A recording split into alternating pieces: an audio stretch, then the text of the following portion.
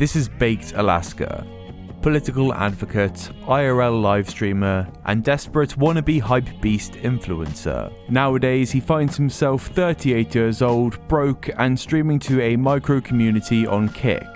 But throughout his past, he has created content on many different platforms, and has created for himself a sordid history of controversies. Through his notoriously terrible music, his many public fallouts with other content creators, his time spent in extremist movements, and even time spent in prison, he has managed to generate a lot of attention for himself. But to achieve doing this, Baked has had to lower himself to levels any normal person would be deathly ashamed of. And through shamelessly hunting such fleeting virality, Baked has found himself all the way in the gutter. This is the story of Baked Alaska.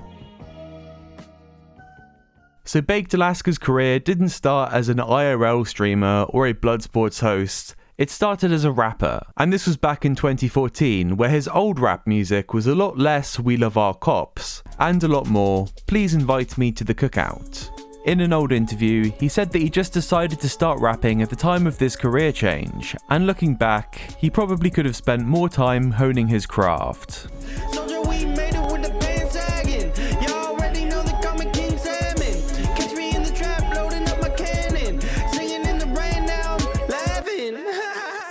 Seeing him wearing his grill, flexing his bling, making references to the canon and the trap, and knowing that he grew up in a well-off devout Christian household, shows how Baked's first step into creating anything was already inauthentic. And as we head into 2015, it should become clear that this was just a roleplay. He was portraying a caricature of a rapper, because he got a job creating content for BuzzFeed, and we can see a distinct shift in personality to something that I believe is more him being comfortably himself.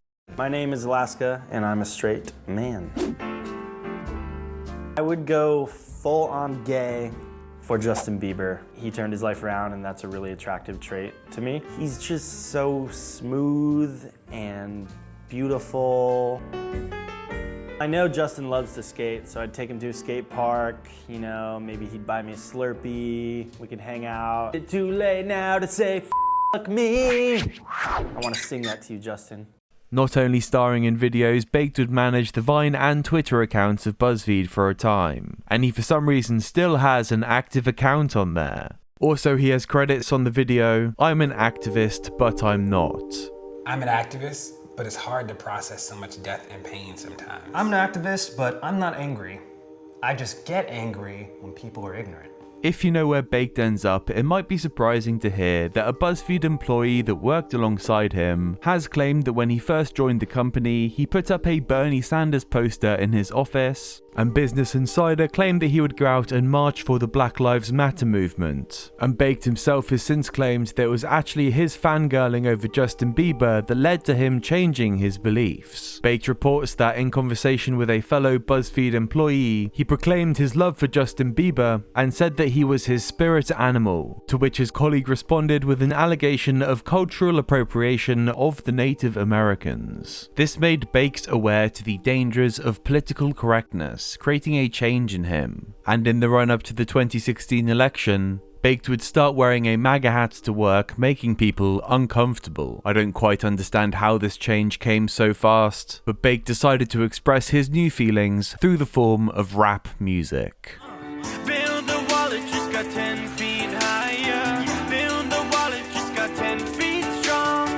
Build the wall, it just got 10 feet higher. And build and build and build and just build the wall. And I understand this is tongue-in-cheek, obviously that's not lost on me. But this is only effective as a parody of the right. And it's clear without Baked's crew, his music is significantly worse than it already was, using the driest stock MIDI sounds for his beats, and equipping his voice with the most garish auto-tune you could possibly imagine. But it was more about the message. And around this time, I believe in quite a shallow way, Baked adopted the meme magic dissident right persona. Also, he pledged his absolute allegiance to Trump, getting a tattoo in support of him, and around this time, he released his most infamous song, We Love Our Cops. We love our cops, our law enforcement.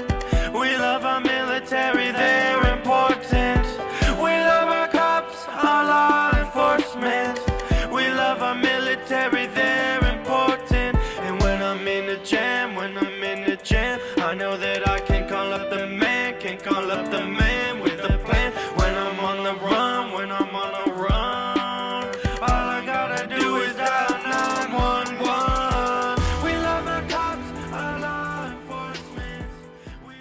and this track actually went weirdly viral years after it was released, like in normie crowds on Facebook. So I'd know all of the context of the Bloodsports Fallout and stuff like that. And there'd be these nice normal people talking about this song, and I'd just be like, wow, this guy looks crazy. Actually, Anna, after this, let me show you a live stream where the TTS is constantly playing.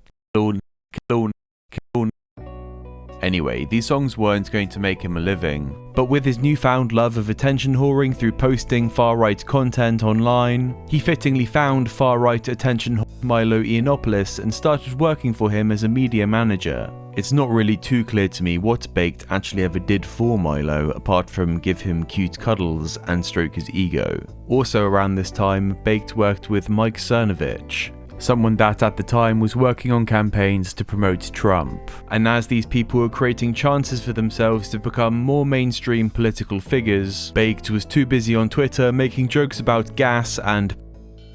A more tame tweet that got coverage at the time was in the context of Baked responding to Jesse Singal. Jesse, it's a common fact that the media is run in majority by people. It's similar to observing blacks are good at basketball. Congrats. Obviously, as Trump is somebody that likes to receive huge donations from Israelis, people like Mike and Milo that were wanting to get closer to him would have to distance themselves from somebody such as Baked. And at some point the penny dropped with Cernovich regarding Baked's Twitter antics, causing him to blow up in his DMs, which Baked has since shared. Yiannopoulos also disavowed him around that time, claiming that he was not a friend but an employee that needs replacing. And sometime after this, Baked begged to be let back into the house. Milo, you know, you're forgiven. You can do what you want. This is your free speech week, Milo. If you want to be negative, if you want to bring others down, that is up to you. That's up to your conscience. I can't tell you what to do. I encourage people really to put our differences aside for a little bit.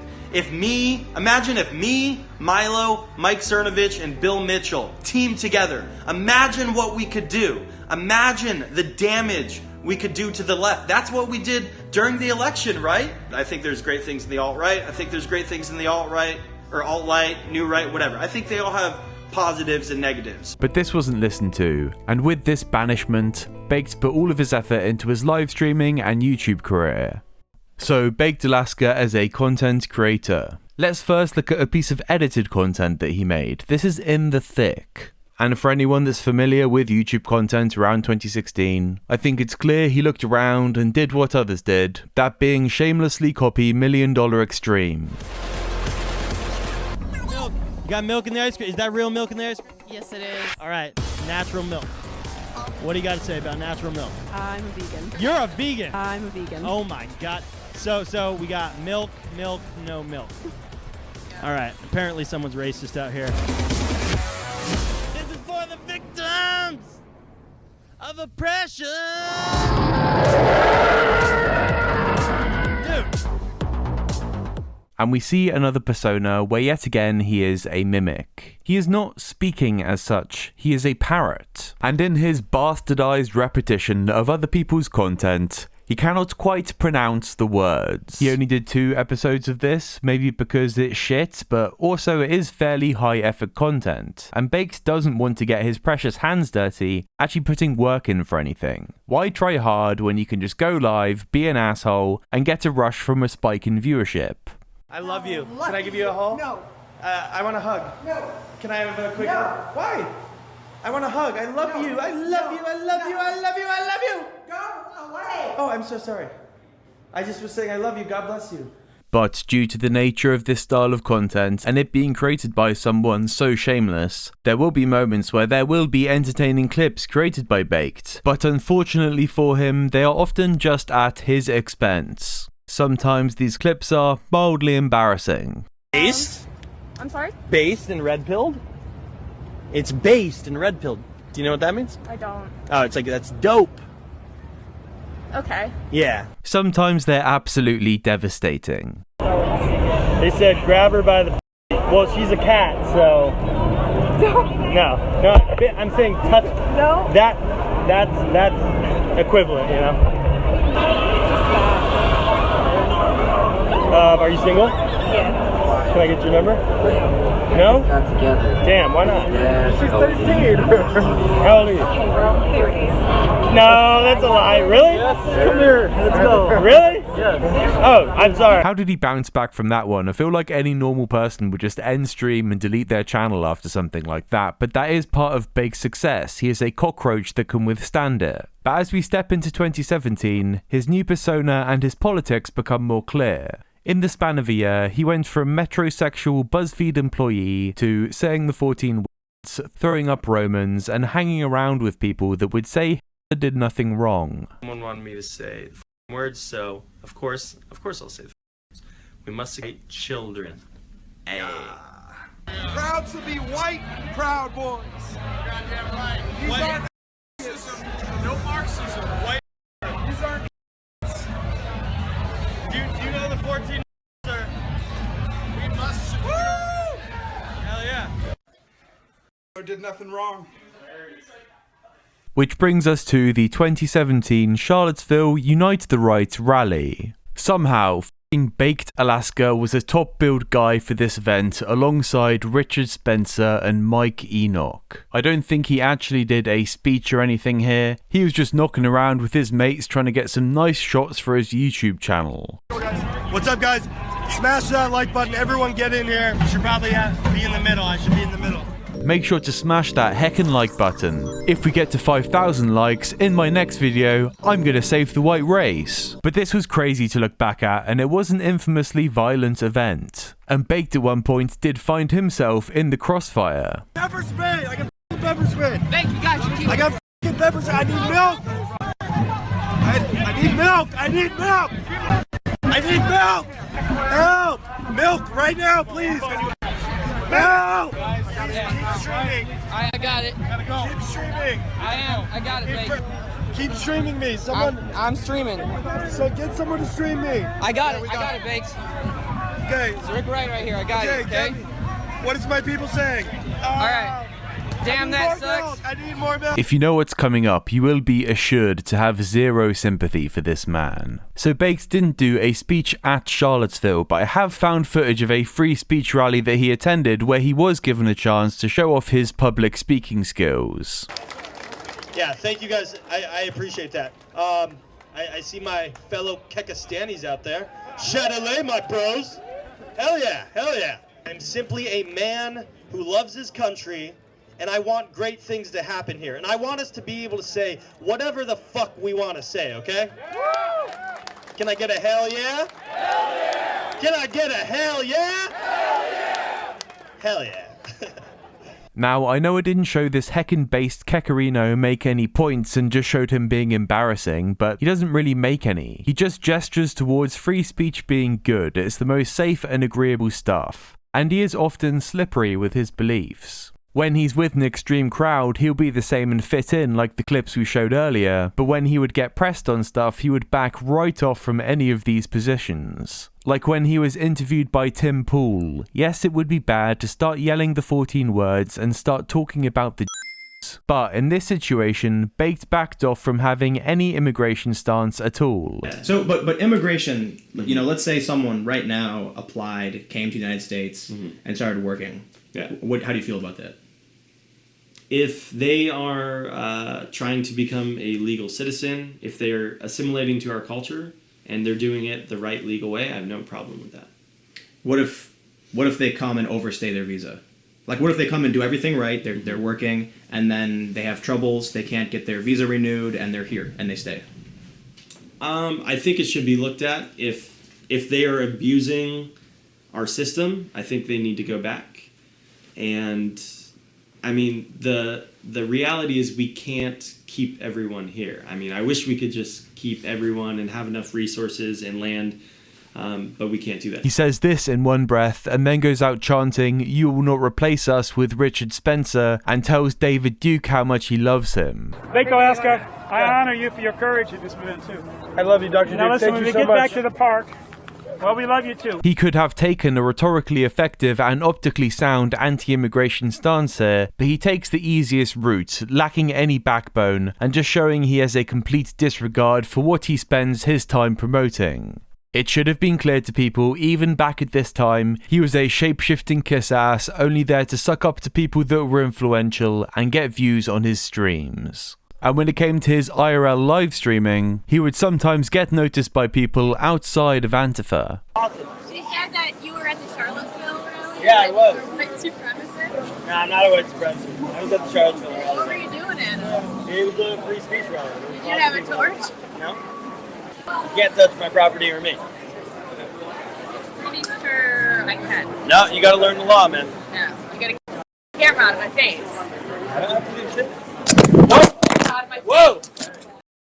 I asked you to get it out of my face. You just broke my phone. Not my problem. You owe me a phone. Nope. Yeah, it is. I gotta file a police report here. Hey, I had a lady just assault me and break my phone, and I'm here in Hollywood, and the cops are on their way. She has to stay here. All right, so they're letting him in the club right here. And this clip goes on. He starts arguing with the manager of the club, claiming he needs these women identified so he can report them to the police. Now this will come up again, but it is such a common play for Baked. He will have no smart or insightful comments to make, he will have nothing to say, he will just be an irritant. He will push as far as he can until someone lashes out, and then he goes crying to the police or any authority playing the victim. This is such a spineless, childish way to act, and he becomes the punchline, and that quite sadly is the only way his content can be funny. Like, in my humble opinion, Baked's ideas of comedy aren't fully realised. If you have ever, or a woman, I have something very serious to tell you. One thing I'll have to take a bit of an L on is around this time, he released a book, Meme Magic Secrets Revealed, and I could not find this piece of shit anywhere. It's not for sale, there's no PDF of it. The best I could do was find a review of it. So let's take a look at this.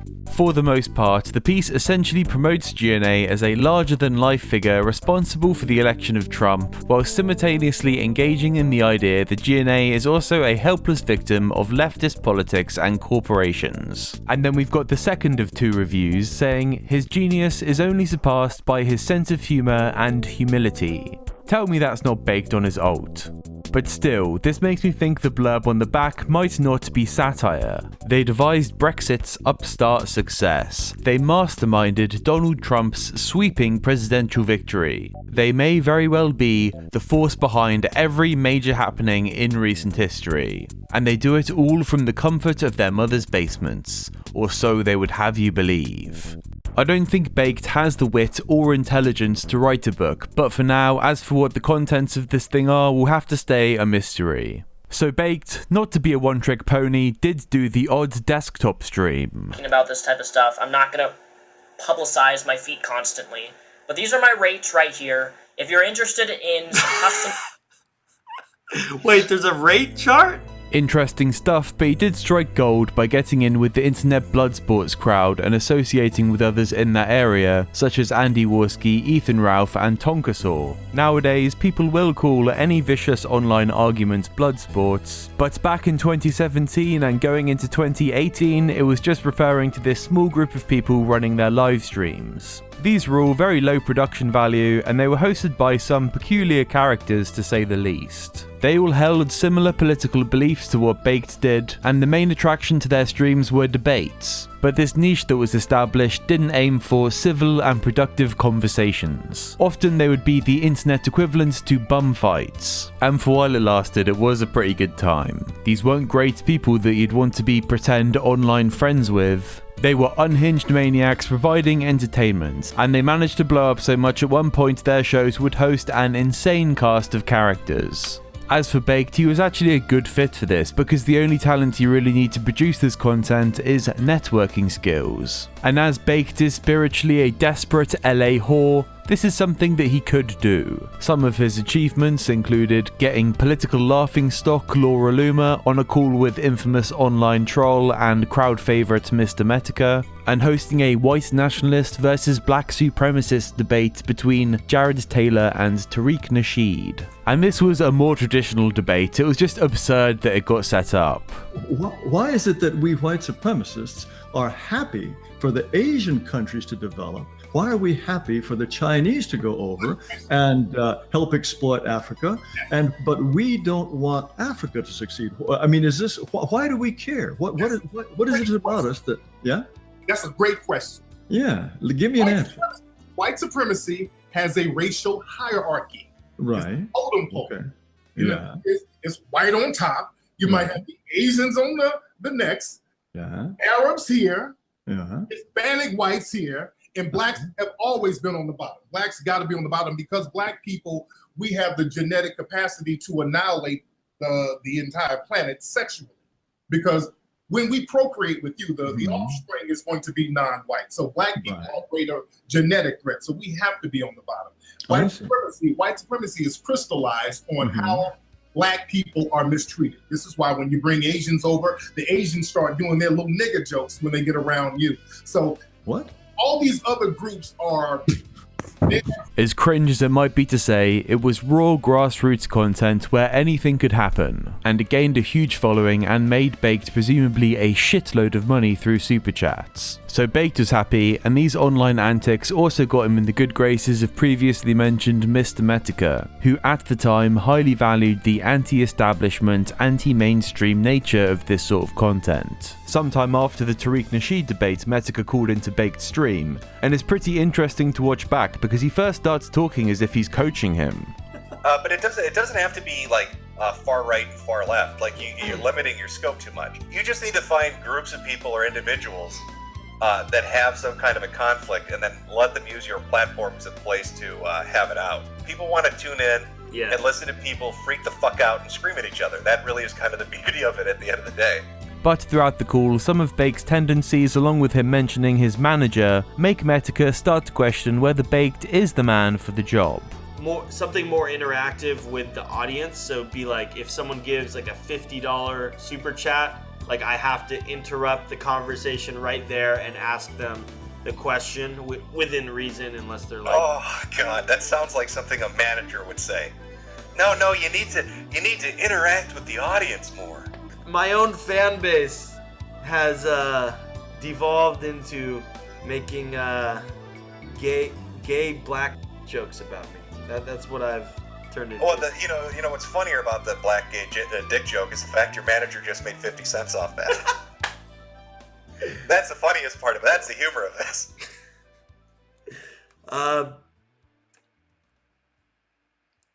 Yeah. Well, you know what, Billy? We're doing some... Fuck. He's a great man. He's a great manager, okay?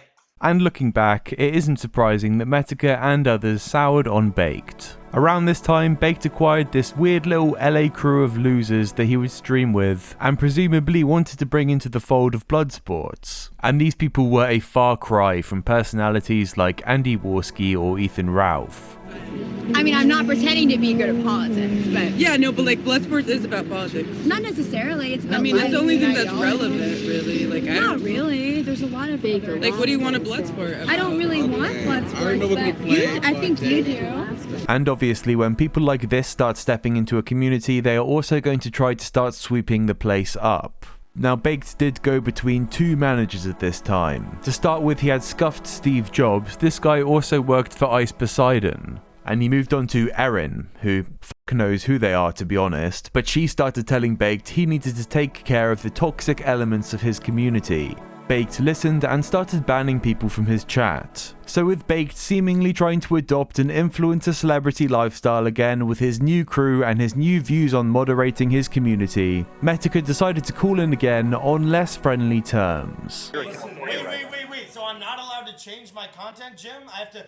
You're allowed to change your content. Jim! Baked, you're allowed to change your content. Yo, I love you, Jim, but guess what? You're anonymous I'm in the streets getting attacked by Antifa. I love you, but just I go Bake, through a lot of stress. No. You chose to put yourself there, Bake. You could have made any video you wanted. You could be a Let's Player. You could do a cooking channel. Yeah, and guess what? You would shit on me for that. You would shit on me for that. But guess what? Did I shit on you for that? No, I shit on you for turning on your audience when it became convenient. You Hollywood sellout. The thing is, like, man, what type of shit that is? Yo, if you don't like it, unsubscribe. Yeah, if you don't want to watch, we're not forcing you to watch. Oh, that is the worst. What are you doing? You told me you wanted growth. You told me you wanted to grow your channel and get an audience. And then once you grow your channel and start to get an audience, you turn around and say, "We don't need you. Unsubscribe." Do you think that's smart? If you're dissing us, if you're throwing salt in our game. In your game? What the fuck are you talking about? So you're probably thinking, who the is this mouth breather, and why is he trying to do anything apart from pack boxes in a warehouse? So let's put a pin in this and deal with him quickly. Yeah. Richard Spencer is the guy every girl wants to be with and every guy wants to be. I don't know if that's a good idea. It really wasn't bad optics to come up to me and say, no 18-year-old has ever touched a 13-year-old that I know. No one would ever do that. This is Dylan Dylorn Vogue. Dylan started his online career trying his hand at being some type of an autism influencer. He would do comedy pieces and vlogs relating to life with autism. He'd write books such as Bad Choices Make Good Stories, and he had a YouTube channel where, surprisingly similarly to Baked, he would pretend to be black and make terrible music. All black mall, full of Toya, I'ma spend it all. If a name Jasmine, then I'm a call. If a name Monique, then I'm a ball. Mary on the wall. Where's the blackest neighborhood of all? I don't got no type. Team dark skin. At some point he became a big fan of Richard Spencer and thought he'd try his hand at being a white racist influencer. And he would end up catching the attention of the Bloodsports community when trying to debate Mr. Metica on a Baked Alaska livestream. Go. So people are messy and complicated, and what you're trying to do right now is cut into all the nuances of this awkward, messy shit where there's like a million gray areas. It's not black and white, and you're trying to apply a black and white to what is a gradient, and a very awkward gradient. So, you know, let's just not.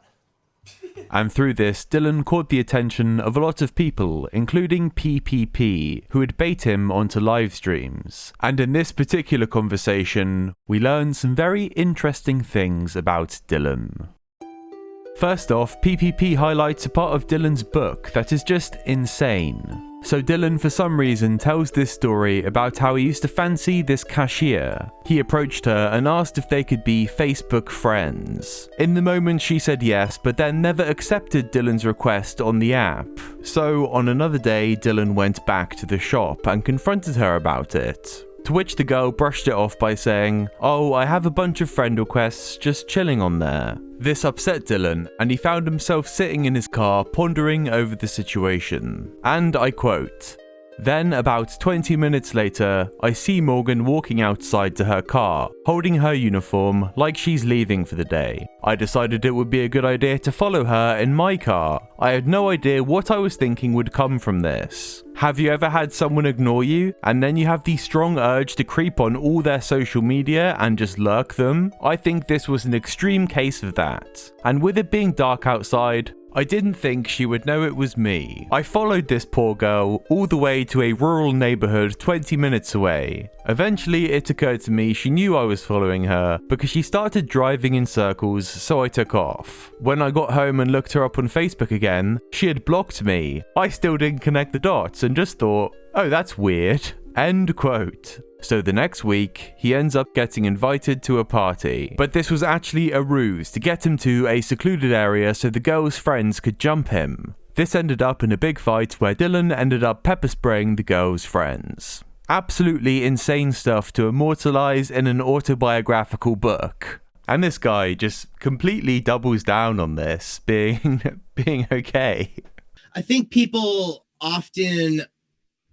I've heard a lot of times people will criticize someone's decision and say, I can't believe that they thought that this was a good idea. But the thing is, a lot of times people don't necessarily think something is a good idea when they do it. What they think is that I really want to do this, and the consequences might not be that bad. So it's worth fulfilling my urge to do it, and it won't be that bad. It's not that everyone thinks everything they do is a good idea.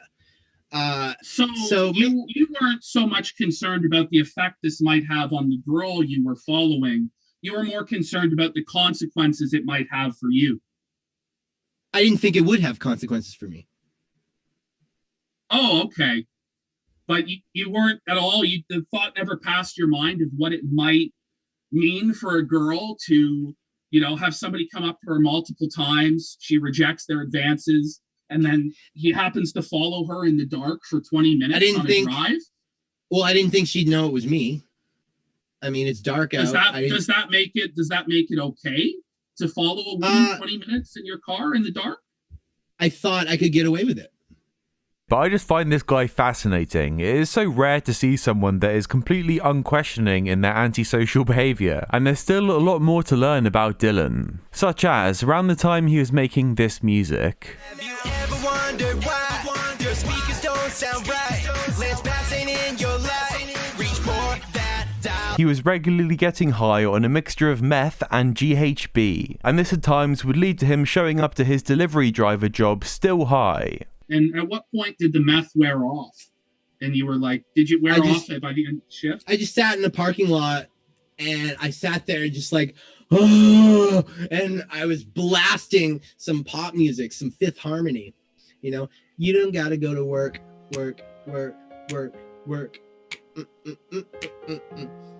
Yeah. And then after like a half an hour of that, I was able to barely drive. Dylan once got pulled over and arrested for driving under the influence, and when he was getting taken to jail, the police asked him to gather his possessions from his car that he would need. So Dylan grabbed his phone, his wallet, and his headphone case. And when the police looked through his headphone case, they found his stash of meth. So Dylan could have just left it in the car, but he decided to take his meth to the police station with him, resulting in him having a drug charge. Also, he talks about how happy it made him as a 20-year-old man, provoking his 14-year-old sister into hitting him, because this in his eyes then made it morally justifiable to pepper spray her, which Dylan took great delight in. How old were you? 20. How old you were 20 and she was 14 years old, is that right? Yeah, but you can't hit a girl, and obviously you can't hit a minor. So But it's okay to pepper spray. But it's okay to pepper spray a 14-year-old Well, I would girl. say no, because it was my sister. It was a very misplaced act of aggression. However, let me just tell you, if it was any girl other than one of my sisters, I would be immensely proud of the fact that I pepper sprayed them, and I would look back at it so fondly. Oh God, like, you made a girl face consequences for her actions after she attacked you. You had her screaming out in pain. Oh, it would warm my heart. But since it was my sister, I do regret it because it was a misplaced form of, I shouldn't have done that to my sister. There is this underlying pepper spray threads to this video, but I'm not sure what it means.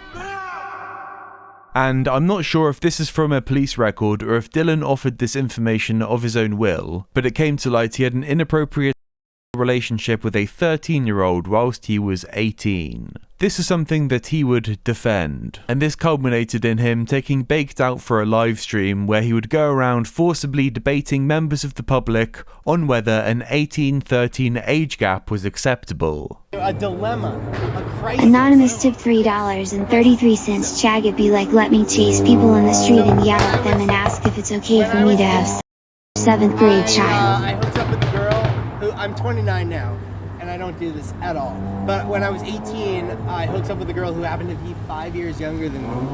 People are attacking me for this. I was at an Airbnb with some guys. They ended the entire night over it. Although this is horrible, I found this all pretty funny up until this last moment. Not really, because she's still a baby. Oh, she was not a baby. I wanted to like Dylan, he's such a wacky, freaky guy, but there really is no coming back from this. Here's the controversy. When I was 18, I had a girl who was 13. I'm now 29. Obviously, I don't hook up with anymore at all. And I didn't after I got older from that. But do you think that that's like so outrageously bad? Yes. At first in this live stream, Baked was sticking up for him, but obviously the chat's going to troll him and Baked joined in too. Here we have Baked holding his phone in Dylan's face so his audience can barrage him with abusive TTS messages.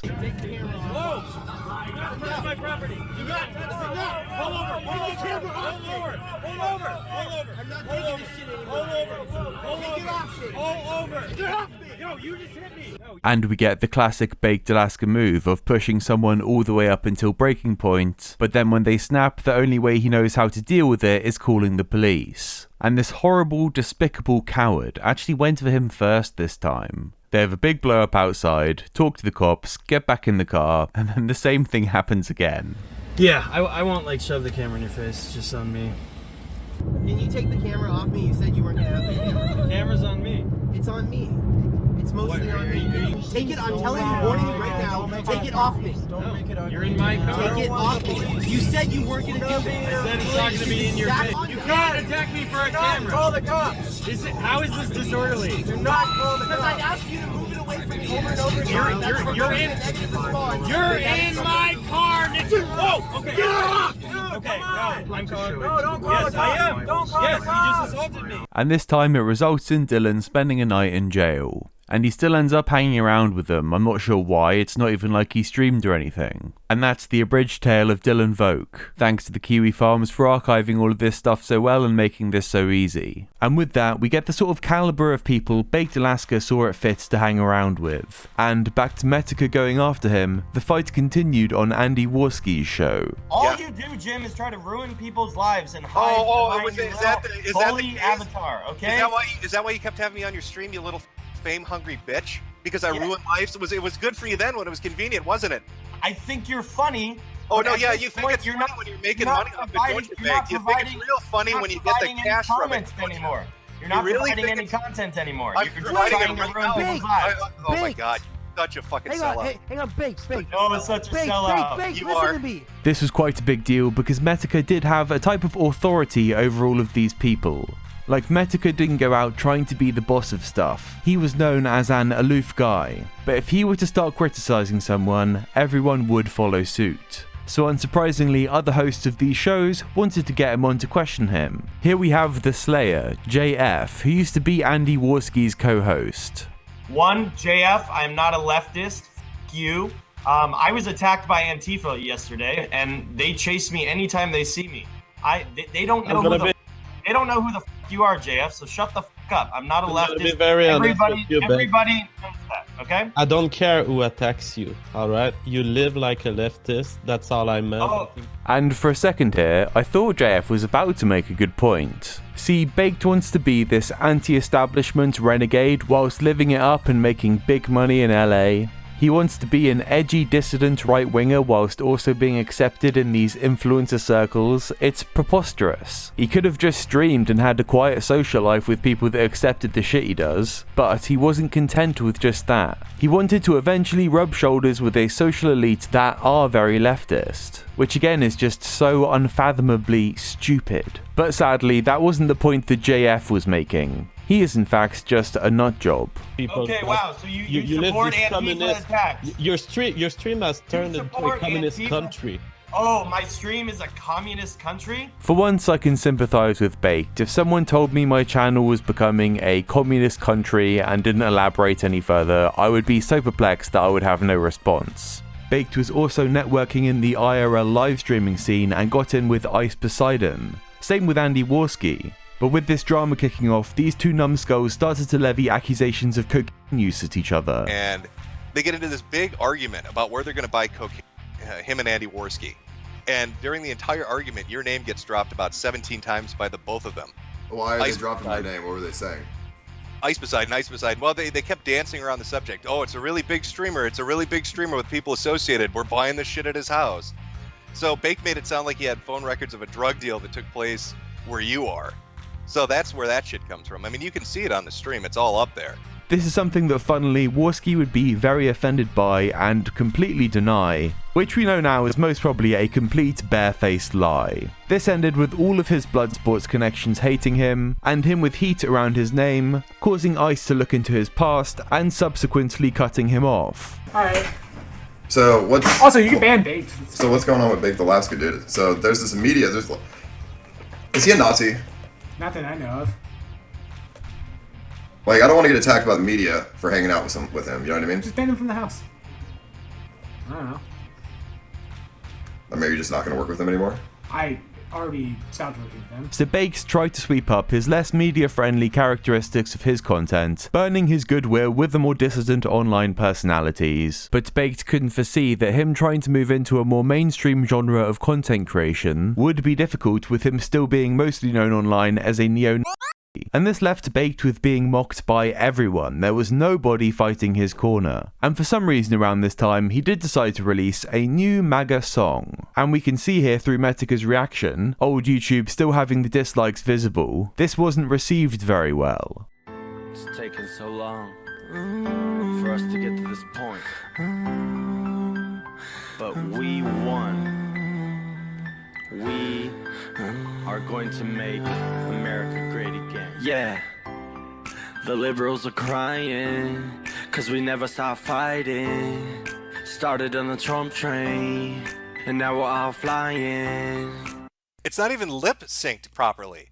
Look at this, watch his lips as this auto-tuned shit is playing. It's not even properly lip synced. Fighting, started on the Trump train, and now we're all flying. Now we're winning so much that we might get sick of winning, but I don't think so. And we're swimming to the top non-stop in the house while they're peeping in the window.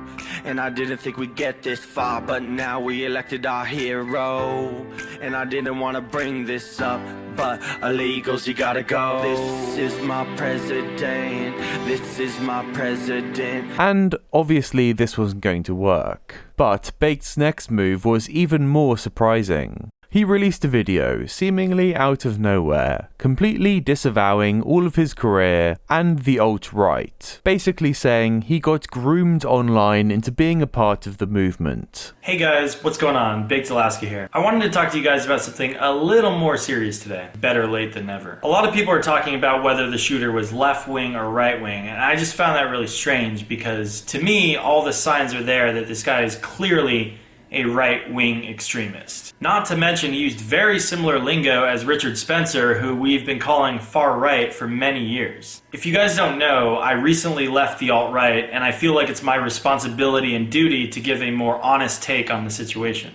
But there's something about the situation we can't overlook, and that's that this was highly influenced by internet online meme culture. And I know, because I've been sucked into that same culture. I regret ever contributing anything to that culture, but I'm not going to pretend like something that it wasn't. And while I didn't directly influence, we have to recognize what sort of meme culture did influence him. We need to start calling this out for what it is: white supremacy, racism, and an extremist illusion of reality.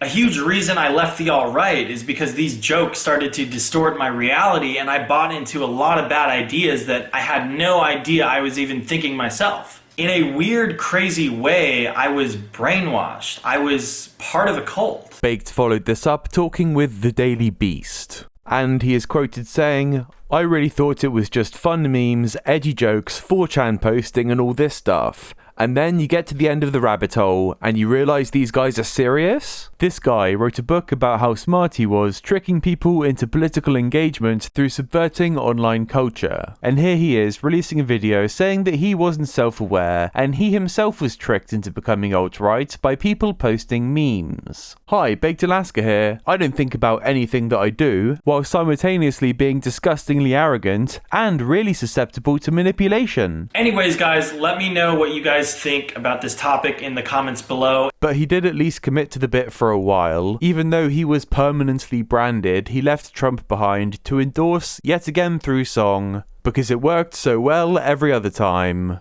Andrew Yang. Yang gang, $1,000 get the same thing. Yang gang, My bitch got a wedding ring. Yeah, do you want $20? I don't know why you playing with me, sir. There's no catch. Take it. Hope you have a good day.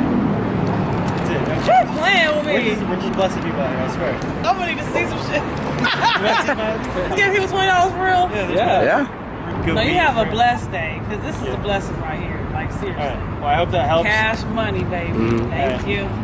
Just before he was tonguing David Duke, now he's giving out reparations. So Baked did claim that he was going to expose the alt-right from within, but this never really led to anything. So obviously I checked the farms around this time to find if there's any more stuff archived there, but they just immediately jumped to speculating about his next girlfriend Ashton Blaze and how she's a complete psycho. And they were correct. You're a streamer, you know.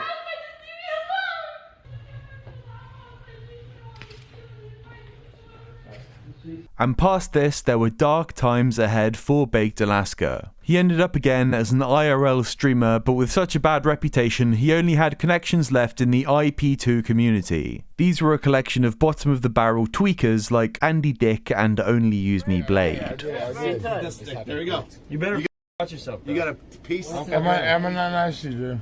And their main source of content was simply causing violence and controversy in public. But Baked somehow did manage to strike upon a story that would capture eyes way past this community. This is the Sammy Saga. It's hilarious. You work for Amanda too. Amanda Tyler. She's the one that's trying to ruin my I don't work for Amanda. I'm just Baked Alaska. Now, as stated before, Baked's IRL content is incredibly intrusive upon members of the public.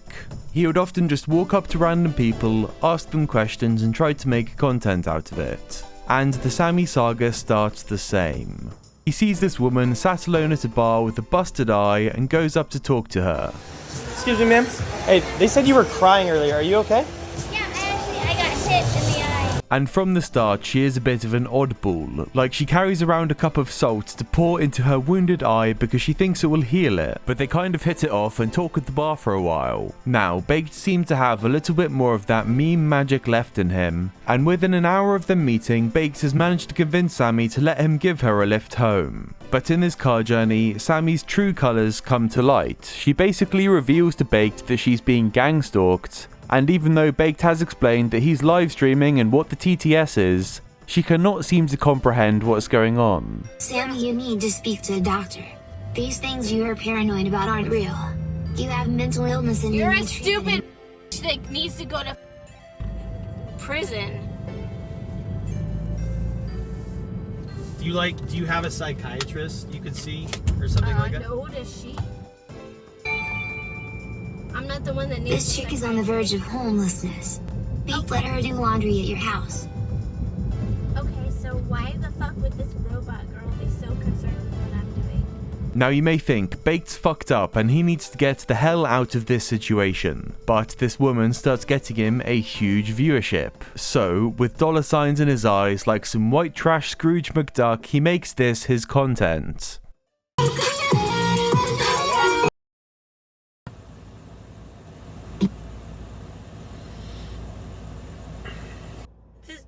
Do other people hear? Mm-hmm. Yeah, they can hear it too. No, do other people hear that constant music that keeps playing out of that speaker? Yeah. Yeah, everyone hears it. Well, okay, so. Or is it just me that hears it and it distracts me, so it makes it no, look we can all hear it. It makes it look like I don't. We can know all what hear I'm it. talking I gotta. Because the reason I stopped talking is because this loud music keeps coming out of his speaker. There are long stretches of Baked filming her with the TTS blasting, preying into her schizophrenia, with Baked just sitting there watching. Like, he is evil. Take me to see my dad when you get back. You want me to take you to see your dad? Only on one condition. What? You have to deal with the robots too on the drive. Oh man. But with that being said, there was some captivating content that came out of this. So after some time, Sammy considers moving to Texas, which Baked is also coincidentally traveling to. Despite this, Sammy decides to look for her own way there, and calls up an old friend called Derek. So Sammy and Baked at the time, I'm pretty sure, are in Arizona. But either way, Derek decides to drop everything and drive 15 hours to meet Sammy. So after a 15-hour drive, Derek is expected to be greeted by Sweet Sammy, which he is, but alongside Baked Alaska conducting an IP2 livestream. And what ensues is a lightning-in-a-bottle cringe comedy train wreck, where Derek is trying to get close to Sammy and stay with her for the night, whilst Baked in his chat continuously mock him just for the fun of it. It's a slow burn, this whole saga is really, and there's no way to properly convey just how nuts it is in this format. Derek, we know you didn't drive 13 hours to get insulted by super chatters. What were you hoping was going to happen tonight? I didn't have any hopes for tonight. I've been talking to her for days. Don't talk politics. You know, there's bigger things than whatever's tonight. I mean, They don't want us to leave. They're enjoying this conversation. We could turn off the... I guess you could go walk down the street and keep going. We could turn off the TT. What do you mean? I mean, I'm trying to be with my friend, bro, and you're in the way, man. I just drove out here. I would like to talk to her in private, maybe. You said you were going to bed. But at one point, Baked's chat tries to convince Sammy Derek is a clone, and this culminates in Baked lying and saying that Sammy is his girlfriend, and Derek leaving alone for the night. You don't know our relationship, bro. We're dating. We're dating. Me and Sammy are dating. You don't know that. There's a thing called decorum. So don't talk to my girlfriend like that, bro. Because you're talking to my girlfriend. I'm letting her hang out with you because you're her friend. Oh, you're letting... Yeah. You're letting me hang out with her? Yeah, that's my girlfriend. Okay. Bye, Sammy. She asked if you could stay there tonight. Yeah, it's my girlfriend.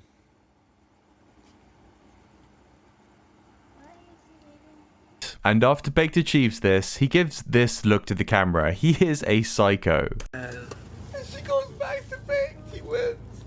Wait, did you see that look at the camera? Go to bed. I'll get out. What? He's man, he's like, I won, my precious. That's like Smeagol with the one ring. Like Sammy. Like, whoa. This is my fucking shit. He's never looked more Semitic than he does in that moment, by the way. Crazy. Buddy, that's like the ultimate evil foreigner. Like, look at him. He looks like a fucking evil villain. Yeah. The main takeaway from this should be just how low Baked is willing to go for attention. And somehow, Baked's willing to dig deeper. He eventually goes to meet Sammy's father and hides the fact he's live streaming whilst he goes into the house, and so many peculiar things happen. And at one point they go bar hopping, causing so much trouble Baked thinks he's wanted by the police, and on top of this, Sammy's friends and family start worrying about her, thinking she might be kidnapped. And when they go to get a hotel together, their location gets leaked to the stream, so Baked somehow gets Sammy into what is probably the closest thing to a real-life gang stalking situation, with people calling their hotel all night. Hi Sammy, how's your night going? And in total, they must have spent a lot of time together, mostly with Baked getting Sammy drunk whilst he pounds cheeseburgers. Could I get the 2 cheeseburger meal, large size with a Powerade? Can I just have a Big Mac? Yeah, whatever you want. And a Big Mac? And really sadly for Sammy, like, she didn't have a grip on reality, but this was real for her.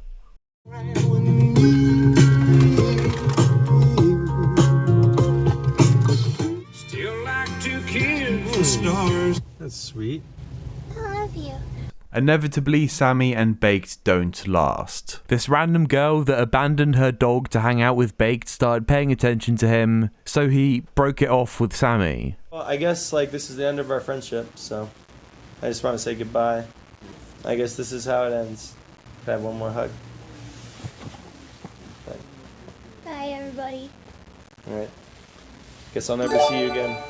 And I'm aware that I'm not really doing the Sammy Saga justice.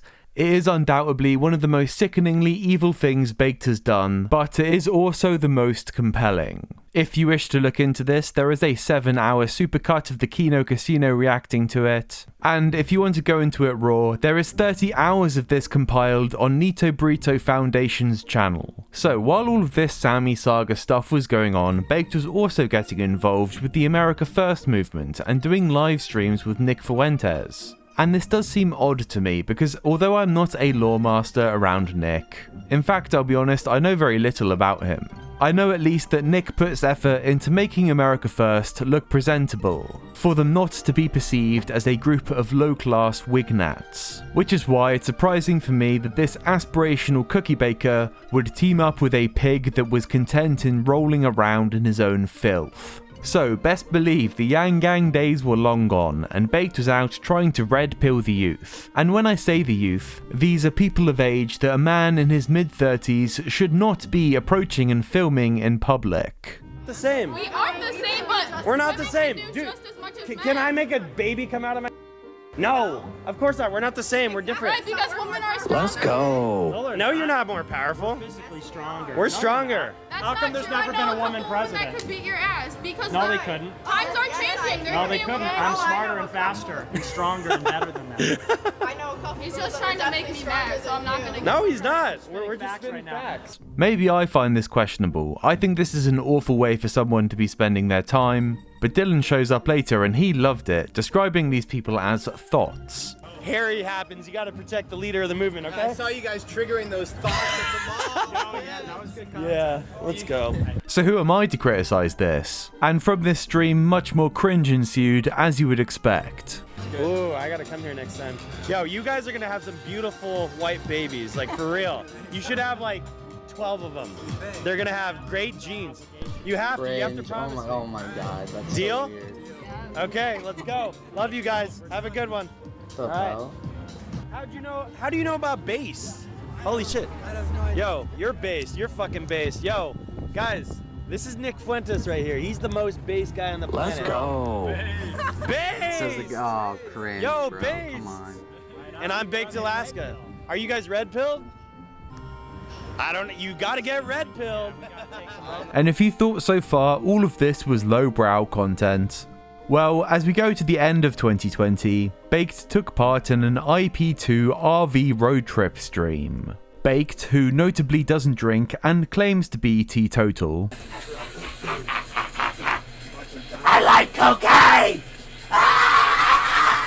Travelled around with a bunch of degenerate drug addicts, with one of their only methods for creating content being having their audience donate TTS to blast slurs out of loudspeakers in public, causing these inebriated gutter dwellers to get into conflict. And as Baked was genuinely getting himself in dangerous situations, the once maced, who once claimed he wouldn't wish being maced upon his worst enemy. You know, everyone loves to, and I can laugh about it too now, I need milk, you know, that is the most painful thing I've ever fucking went through. I do not wish it on my worst enemies. Getting bear mace and whatever the was in that shit from Antifa, that shit hurt. Decided to equip himself with this tool in case he got in any self-defense situations. No, don't kick. No violence, sir. That's it. Gangsta leather to fight. No. Hey, get the back. And this created clippable moments. And as Baked is seeking some type of hedonistic endorphin rush, I imagine similar to a crackhead, but each hit being a spike in viewership, he seemed to try to get himself in confrontations where the content spray could be put to use. What's going on? Videotaping me, man. I'm just YouTube. I'm a YouTuber. I don't like. I'm not filming you. I'm filming myself. Damn, bro. I'm mad, dude. Stop it. I'm not filming you. Walk away. No, it's a public street, dude. Stop it, bro. I'm not filming you. I'm not filming you. So then just don't do it. No, I'm allowed to film, bro. Shut the up. Bro, then film Stop. away from me. Stop. Get out of my face. Get out of my face. All right, so no, you can film me. No, I'm allowed. We're on a public street, dude. Do you want to do this to me, bro? We're on a public street. Get out. Get out of my face. Please don't film me. I'm asking you last time. Get the here, bro. Get the out of here, bro.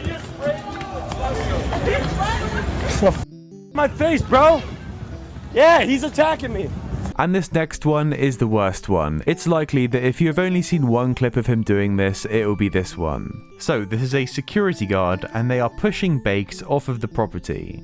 Maybe this is a little over the top, but things have de-escalated. Baked is even awarded the time to unvelcro the satchel that his mace is contained in before he goes for a spray.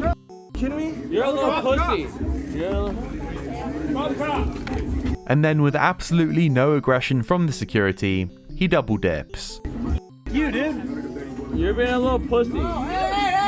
Yeah, he attacked me.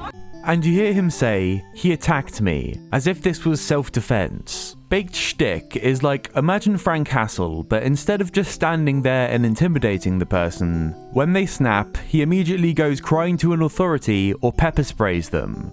And Baked was the biggest bitch when he got maced. He was going on about how he had this trauma response and how he was almost blinded. And now, in a quest for viewership, he is going out and afflicting this on other people willy-nilly. And for this crime that they all live-streamed, Baked was convicted with assault, disorderly conduct, and criminal trespass. Which meant for Baked this was a closing of this chapter, but it was only a start for his legal troubles.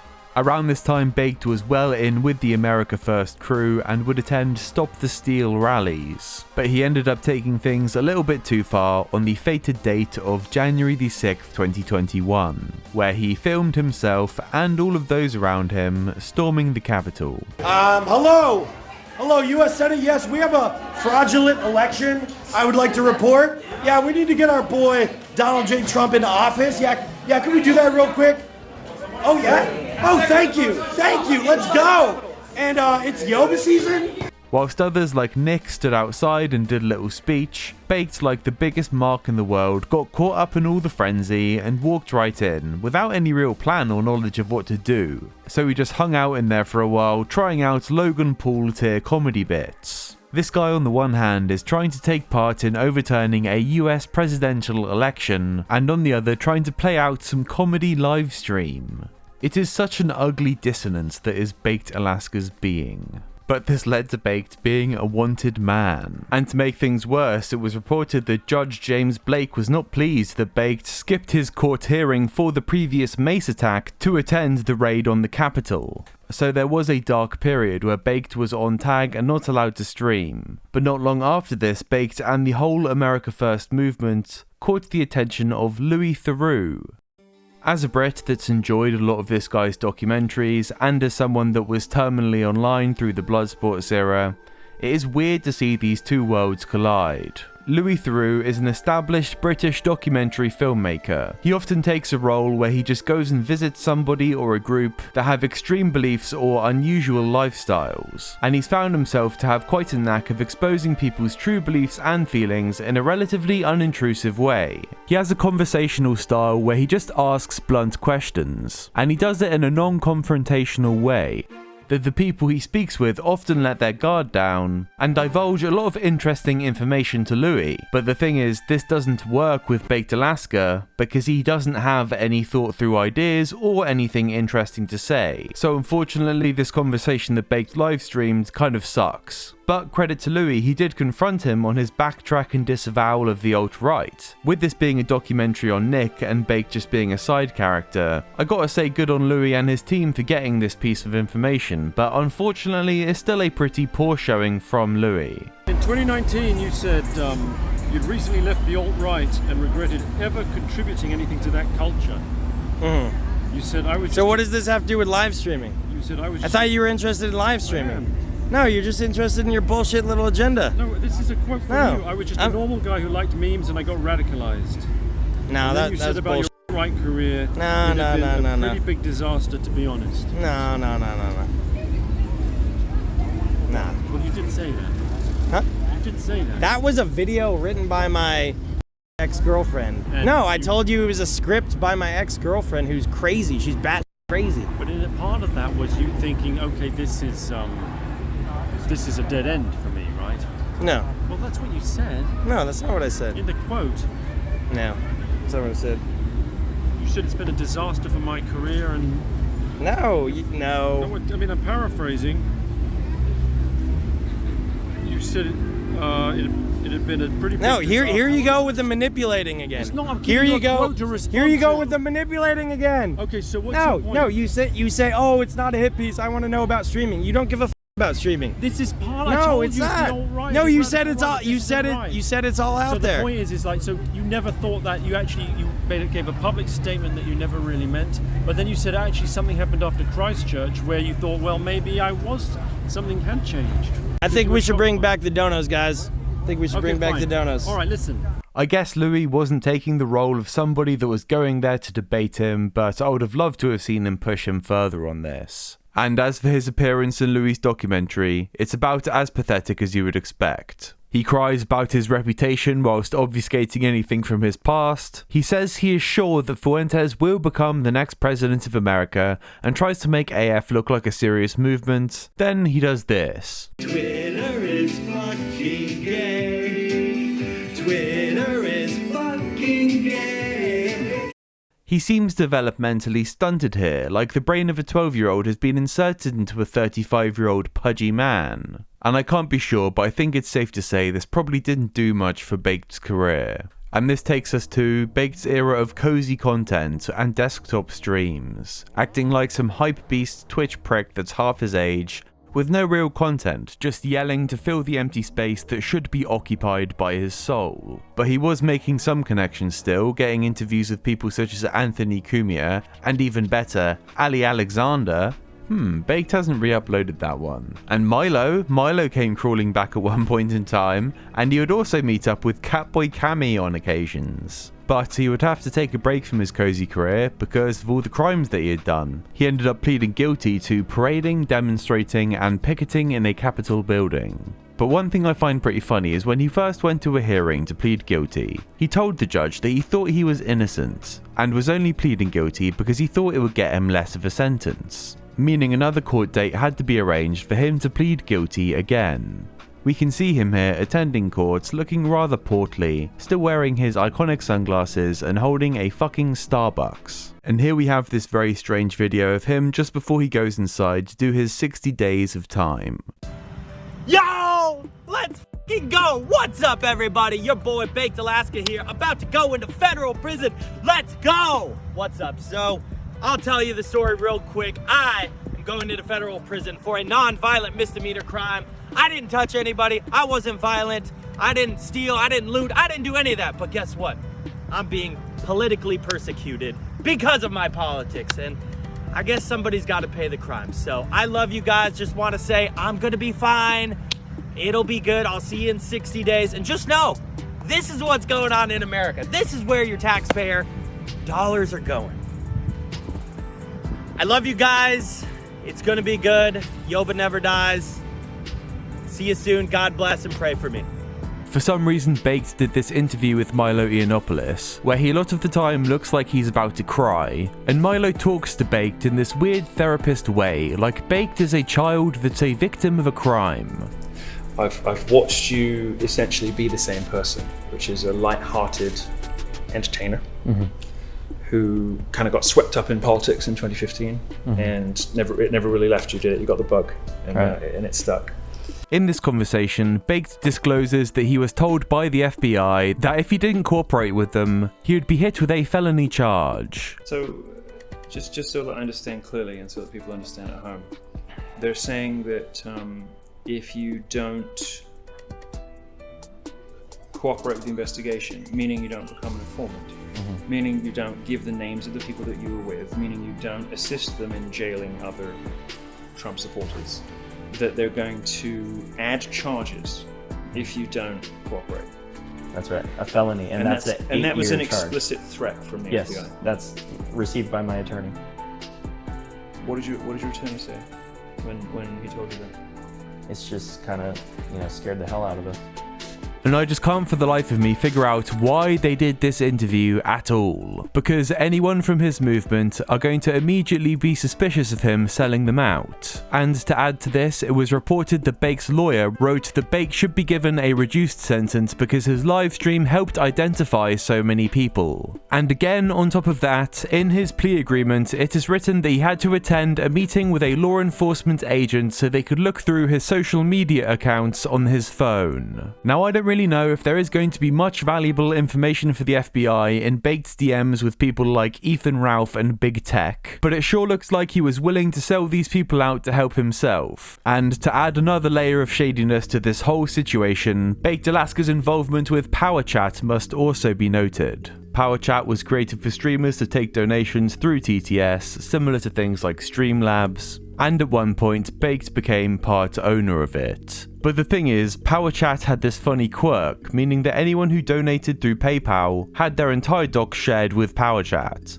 And this service was primarily used by Cozy and IP2 streamers, meaning that Baked brought himself into having quite a useful database of people if he were to want to share information with the FBI. So this whole January 6th situation was a huge fuck-up for Baked. His second time spent in prison, you'd have thought after the first one really, he might have learned to not record himself doing crimes, but still.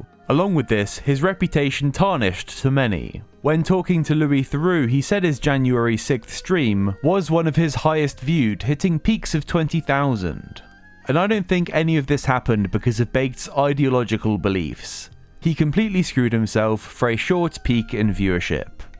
But we must note, quite recently actually, Baked has been pardoned, and he has mentioned on his livestream about seeking compensation. So now he's only on record for macing the security guard, but Baked should be taking whatever wins he can. And not long after he was released, he ended up burning a bridge, this time with Nick Fuentes, who was really the only guy he had left. And for once, this wasn't really Baked's fault. So there was this other cozy streamer who was also a desperate and sad old man called Big Tech. And this guy had some thoughts about Nick's association with Milo Yiannopoulos and Ali Alexander. So Ali did get briefly mentioned earlier. If you don't know, he's a proven pedophile. And look, I said I didn't know a lot of Nick Fuentes' lore, but I did hear that there was a scandal and it turned out one of Nick's friends was a nonce. But I never cared to find out what this guy looked and spoke like. Change the hearts and the minds of Republicans who were in that body, hearing our loud war from outside.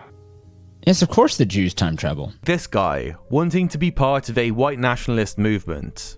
You hear the way he talks and you start to think, oh, grants absolutely no sympathy for Nick or anyone else that wanted to be his friend, such as Baked Alaska. Do you support Ali Alexander, Freemason, pedophile? I am friends with Ali Alexander. I've never heard that he's a pedophile or a Freemason, so. Oh, you haven't heard that from Milo? Have you even met put that Ali out there? Oh really? Baked hasn't heard anything. Why might that be? I need to meet Ye. I need to meet. I believe I'm gonna meet. I need to meet Ye. I think one day everybody will meet him. Let's go. Well, somehow Ali Alexander also had links to Kanye West, who Baked did end up meeting at one point. Quite crazy to see the two greatest rappers of our generation in the same place together. But the America First breakup. It happened because Baked found himself on a Big Tech stream, whilst Big Tech was talking shit about Nick in this situation. From what's archived, Baked wasn't really talking shit at all though, he was just there. You know, Baked isn't really the wordsmith that's gonna put his ideas out there anyway, but he gets a text live on stream from Nick telling him to go f*** himself. And Baked was really upset by this. You know, despite Nick being good friends with a nonce for a very long time, Baked still loved him. Yeah, well, Nick just texted me, said, hey, f*** you. And I really don't appreciate that, so. Wow. No okay. way. Yep. So, literally said I love him, literally said good things about him, but I guess that's what we're dealing with, so that's pretty disappointing. But this thing caused a big cozy fallout. Even Ralph was in the sphere at the time and he got involved. Really shameful stuff. It just boils down to a bunch of washed up middle-aged men vowing for the attention of a Mexican twink. But Baked comes out on top as the saddest because after the bridge is burned, he starts talking like this. Look at that coward! F*** you! You unfollowed me because I caught out of. You're with Nick Fuentes, the American First Call. It's over for you! No you didn't. If Nick never came to his senses and didn't kick you out, you'd still be there glazing him saying that he's going to be president one day. This is such a clear thing that so many people online do. When it turns out someone gets exposed, they turn around and go, oh, I never liked that guy. Just and face up to it. Everyone makes mistakes. Everyone has a bad judge of character every once in a while. Turning around and saying you always hated the guy that you were bending over backwards to suck off before just makes you look even worse to anyone that has any sense about them. So this was it with Baked and Cozy TV. So he had to relocate again to Kick.com. Baked has a lot of thanks to give to Kick.com because he was so gigabanned from everything. Kick is now the only platform that will keep his e-celeb dream alive. We got a lot to get into. I just saw Cash Patel is suing Elijah Schaffer for $5 million. Yo, based? What do you mean? But now Baked is approaching 40. He is not the young man he once was. And one thing people have noticed about his lifestyle, always IRL streaming, always on the road, is that he lives off of fast food. He lives off of McDonald's cheeseburgers. And he tends to indulge to a point of gluttony. We love our Mickey D's, quarter pounders, extra cheese. We love our Mickey D's, McNuggets 20-piece. When I'm in a hurry, I grab a McFlurry, cop some apple pies, make those fries super size. And now if we head over to Baked Alaska's Kick and look at his top clips, apart from women in revealing clothing and one drama clip, people are marveling at Baked's body type. Yoba's beard too? Bro, I mean, that is not on the wheel. That is way too Croag. Pink beard? I would say skip the beard, guys, because we have enough to do one more, and this is only day one. I think it's good. I think it's good to be reminded every once in a while that when you start to age, if you live your life like a degenerate, unhealthy slob, your body will start to look like it's going to fall off. We can also see here that people sub to make him do push-ups and jumping jacks, and you can also donate at higher levels for him to play out humiliation rituals, exampled by him having pink hair here. He has become a submissive clown people pay to torment.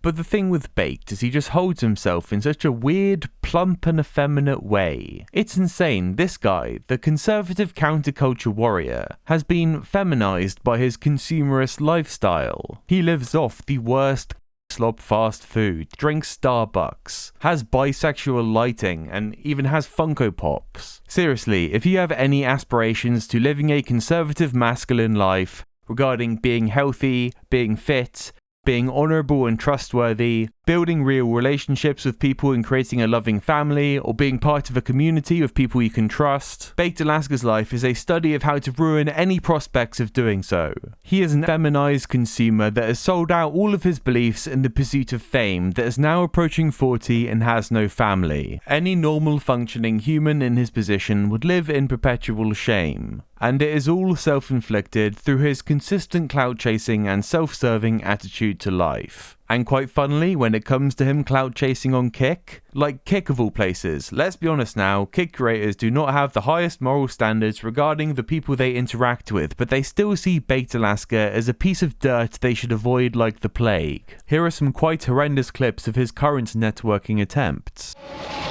Holy shit! It's Joel! Sama, you guys are my favorite streamers! Who is it? Who are you? Who are you? What's your name? IP2 always wins! No, IP2! Shakes always win, please! Hey, congratulations, you won the prison stream. Oh, thank you so much. I love you. My name is Baked Alaska. I'm live on Kick. Oh, you're live on Kick? Yeah. The inauthenticity dripping off him just reeks, but like always with Baked Alaska, it gets worse. I want to tell you who I am. I'm Baked Alaska. I was one of the January 6th protesters. I did 60 days in federal prison for streaming inside the Capitol. I didn't ask, but so cool. That is me. And where are you from? UK? I'm from UK, yeah. Shout out to my friend Louis Theroux. That's my boy. What's up, dog? Anyway, right, let's fucking run this shit, yeah. Let's run this. His face just says it all. Like, even if he wasn't coming to just promote himself shamelessly on your stream, he looks like a middle American meth addict dressed up as a Greek And by the way, the company that makes these glasses that he still insists on wearing, they have actively tried to block him from buying them and have donated money to the SPLC in an attempt to disavow him. He did manage to hang out with Xena the Witch, someone who's known for being an online whore and dating human vermin Darius IRL. Here he is breaking a chair with his colossal weight, and immediately the chat all know that he's a piece of shit, so Xena just bullies him. Dude, but they're pissed. Like, they're saying kick. No, they mean like kick, like the website kick. No, they're putting thumbs down. They're putting thumbs down. No, it was already broken.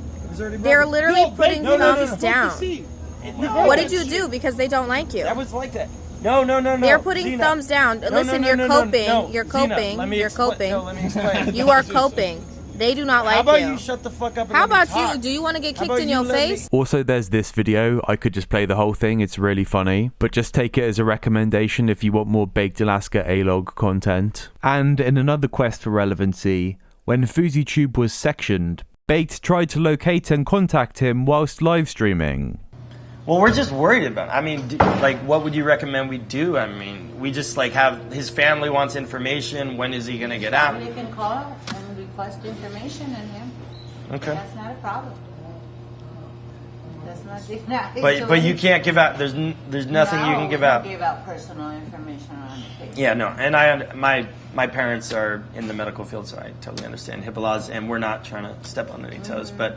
This is actually a piece of information I don't have, but I don't think Baked was even cool with Fousey. Like, he was knocking around with Sneeko, who Baked hates. So I think this is just an attention-seeking publicity stunt. And none of this has worked out for him. We are now in 2025, and it seems like Baked is broke. To engage in some speculation, I think Baked's parents have covered for him financially throughout this chasing of being a hypebeast content creator. Even in dark times when he was an exclusive D live streamer, he still managed to live in what looks like far beyond his means. And at some point in time, he's been cut off. Because now with Baked's kick career, he's not earning enough and he has to promote their gambling websites to keep himself afloat. He does end day games. Well,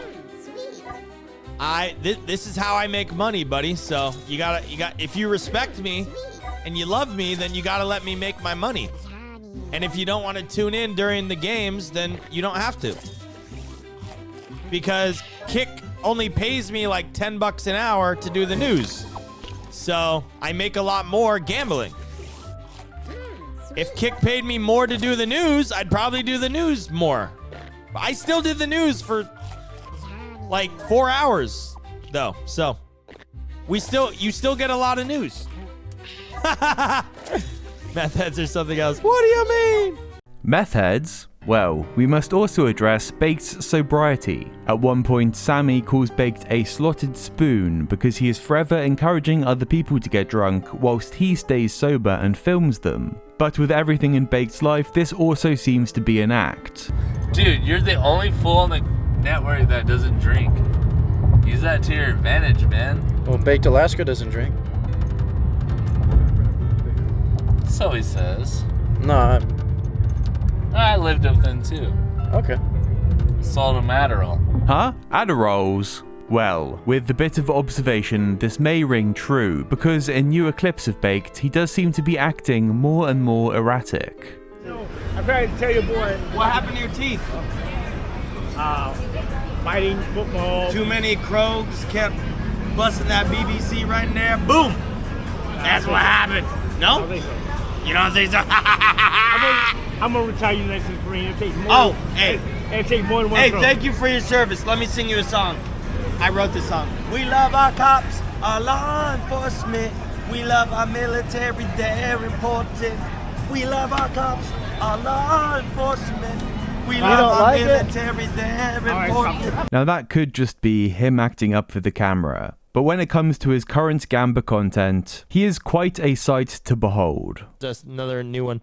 All right, if you guys want to choose the slot, go ahead and use your channel points. Now would be the time. And you can choose any slot of your choice for the equivalent of around $20. If it's like $30 for this one, that's fine too. All right, $30 the count.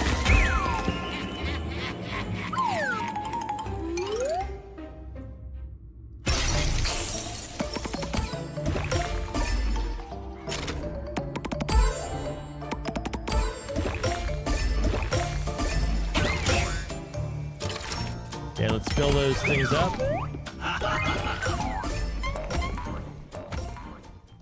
And look, I have thoroughly enjoyed reveling in Baked's misfortune throughout this whole video. But again, you can call me a soft touch because I just find this sad. Baked is a completely unskilled, unemployable person with nothing to look forward to in his future to speak of, still desperately wanting to put on the facade of some type of celebrity, but now with the only route he has to making money being online gambling, he conducts his live streams tweaking out of his mind to cope with it.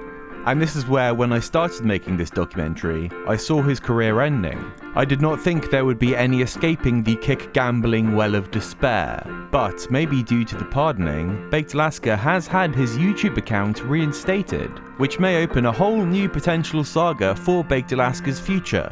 Maybe 2026 will finally be the year of Baked Alaska. But if I were a betting man, I wouldn't be putting my money on it. That's the video. To wrap this up, I must credit the Kiwi Farms for archiving a lot of this content, and the Kino Casino for continuing to cover Baked Alaska. They were a very useful source for finding out what this guy's been up to. Also, I must shout out Porcelain. I made a very conscious decision to not watch his video on Baked Alaska whilst I was making mine, because simply watching someone else's video and remaking it as your own is a very lazy and shit practice. But once my video is pretty much ready, I did watch it as a fact check. And I must say, Porcelain does mog me. Even in his retirement, he mogs pretty much anyone on this platform, and I recommend looking at his stuff.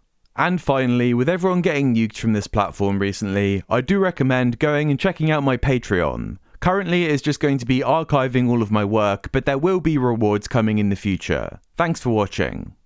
There we go. Yes, yes. I'll pick it up as it gets going. I'll sing it. Hey, all right, guys. Get a little clapping going. Woo! Let's go. Yeah. Yeah. We love our cops, our law enforcement. We love the military, their importance. We love our cops, our law enforcement. We love the military, they're important. And when I'm in the jam, I know that I can call up the man, with the plan. When I'm on the run, all I gotta do is dial 911. We love our cops, our law enforcement. We love our military, they're important. We love our cops, our law enforcement. We love our military, they're important. And when I'm in a jam, I know that I can call up the man, with the plan. When I'm on the run, all I gotta do is dial 911. Woo! Let's go! There it is! There we go. We love our cops live in the studio. I love you guys so much. That was beautiful.